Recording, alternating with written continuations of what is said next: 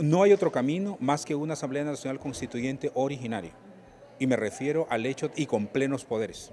No solo para el tema de una nueva constituyente, Lidia, sino también para nuevas elecciones, para cambiar completamente el sistema de justicia, para un nuevo Congreso de la República incluso, y para que esa Asamblea Constituyente, los constituyentes, definan cuál es la política de Estado que va a darle a esta nación un rumbo distinto con dignidad. El nuevo modelo económico. El nuevo modelo económico. Pero imagínese usted en ese nuevo modelo económico, sabe que nuestra Constitución en su capítulo de derechos económicos establece un enfoque social de la economía. Y lo que se aplica es un enfoque completamente extractivista, neoliberal, de extracción y de expulsión. Es decir, la legislación secundaria en este momento se impone sobre los principios y los preceptos constitucionales. Por eso es importante y además creo, Lidia, que estamos en un momento muy bueno para la nación. El pueblo hondureño ha demostrado hidalguía, ha demostrado fuerza, ha demostrado análisis, ha demostrado capacidad. Si se respeta la voluntad del elector, le aseguro que ese Congreso, esa Asamblea Constituyente, estará presente, gentes, hombres y mujeres, con un enorme y extraordinario compromiso con la nación. Y serán esos los que darán las bases y los cimientos fundamentales para la nueva patria, la nueva república. Por ejemplo, en el tema de justicia, no pueden venir del extranjero a presionar a jueces, a fiscales, qué es lo que tengan que hacer. Mire, Lidia, hay grandes ejemplos en América Latina, Bolivia y Costa Rica, para plantear un gobierno, si quiere, de derecha o de centro derecha, y Bolivia. Países pobres, y en el caso de Costa Rica, no tan pobre, pero con alta dignidad. Y han dicho un momento, déjennos que nuestra administración de justicia es nuestra y nosotros sabemos cómo hacerlo. Y vamos a sancionar a aquellos que no cumplan no solo con la ley, sino que esa ley debe estar apegada a justicia. No puede ningún país decirnos a nosotros qué hacer. No puede Estados Unidos dictarnos las políticas como se han dado hasta ahora. Pero yo le dije en otra entrevista a usted, es que hay funcionarios públicos en este país que cuando miran a un estadounidense se ponen de rodillas. No. La dignidad que tiene este pueblo hondureño es tan grande como para que nosotros actuemos en consecuencia. Por lo tanto, podemos establecer acciones de cooperación, porque tenemos que ayudarnos con todos los países del mundo. Somos tan responsables con El Salvador, un país pequeño, como con Estados Unidos, en razón de la paz mundial. Ahí tenemos que ponernos de acuerdo y ayudarnos mutuamente.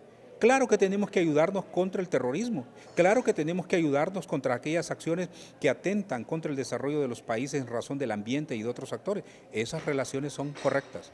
Lo que no podemos permitir es el sometimiento, porque ahí entonces perdemos completamente control y además estamos a los dictados de otros y no de la conciencia que determine el bienestar de nuestro pueblo. Yo le comentaba hace un poquito, Lidiet, que ya se va a cumplir prácticamente 3 años desde que yo me incorporé a una huelga de hambre.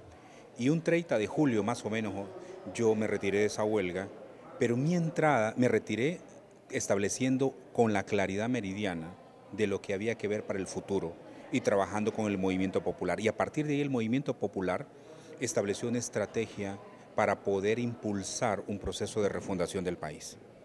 Sin embargo, en mi entrada en ese momento yo planteé que había que hacer una reforma estructural al Estado.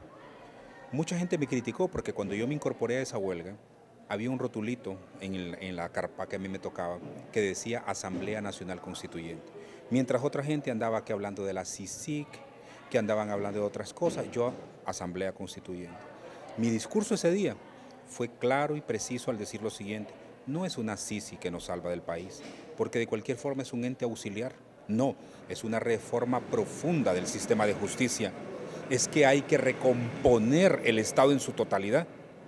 A estas alturas, Lidiet, ustedes han insistido tanto en el tema de institucionalidad que usted se da cuenta, como yo me doy cuenta como defensor de derechos humanos, que quiero encontrar justicia para un campesino y una campesina y voy a una fiscalía que no lo atiende, pero sí protege a los criminales de más alto nivel, que voy a tocar las puertas de un juez para que escuche una causa y no la escucha.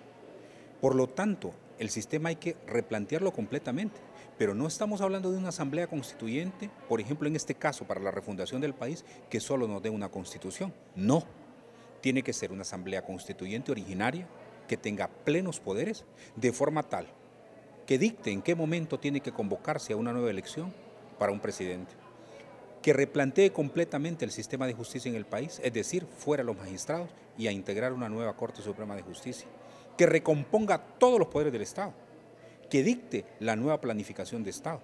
Estamos ante un reto, Lidiet, es extraordinario, pero el compromiso que debemos de tener es igualmente alto. Ahora, algunos dirán, tendrán miedo porque el sistema que en este momento se aplica electoral, vamos a tener el mismo resultado de manipulación. Puede ser, Lidiet, pero tenemos que insistir. Ahora, yo le diré algo. A mi juicio no será suficiente una sola asamblea constituyente. Puede ser que ocupemos hasta 3.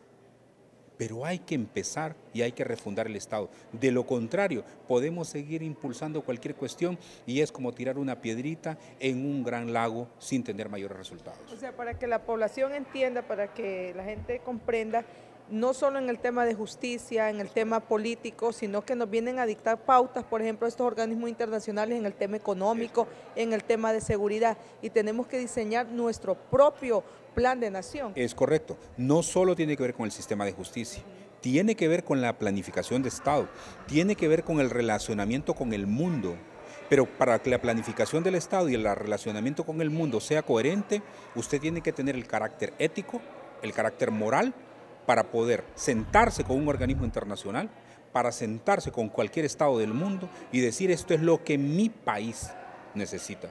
Y a partir de esa planificación de Estado, usted repuntar en el tema de desarrollo.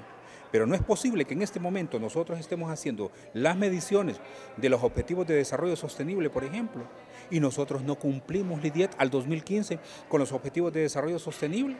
Estamos en una situación prácticamente de estancamiento, mientras que países africanos lograron revertir efectivamente la mortalidad materna, la mortalidad infantil. ¿Usted cree que es digno en un país donde las niñas se convierten en madres? No, hay que hacer un replanteamiento profundo del Estado. Y lo más grave, Lidia, es que apenas tenemos 25 años, 30 años, cuando tenemos esto, lo que se llama el bono demográfico. Las decisiones tienen que ser inmediatas, porque si no, dentro de 30, 40 años vamos a empezar como una sociedad a envejecer, y una sociedad envejecida e incapaz será lo peor que nos puede pasar. Por lo tanto, las decisiones tienen que ser a nivel general y a nivel integral. Y esta Asamblea Nacional Constituyente, decía usted, debe ser originaria e incluyente. Es correcto. Todos los sectores. Todos los sectores. Hay varios planteamientos. Ya nosotros hemos concertado sesiones con expertos y yo he llamado a varias gentes para que empecemos a hablar sobre la Asamblea Nacional Constituyente originaria.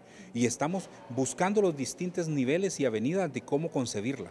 Desde el tema de la planificación de una nueva constitución, como el replanteamiento del poder político en el país. Pero eso también significa llevar a la par la planificación del desarrollo.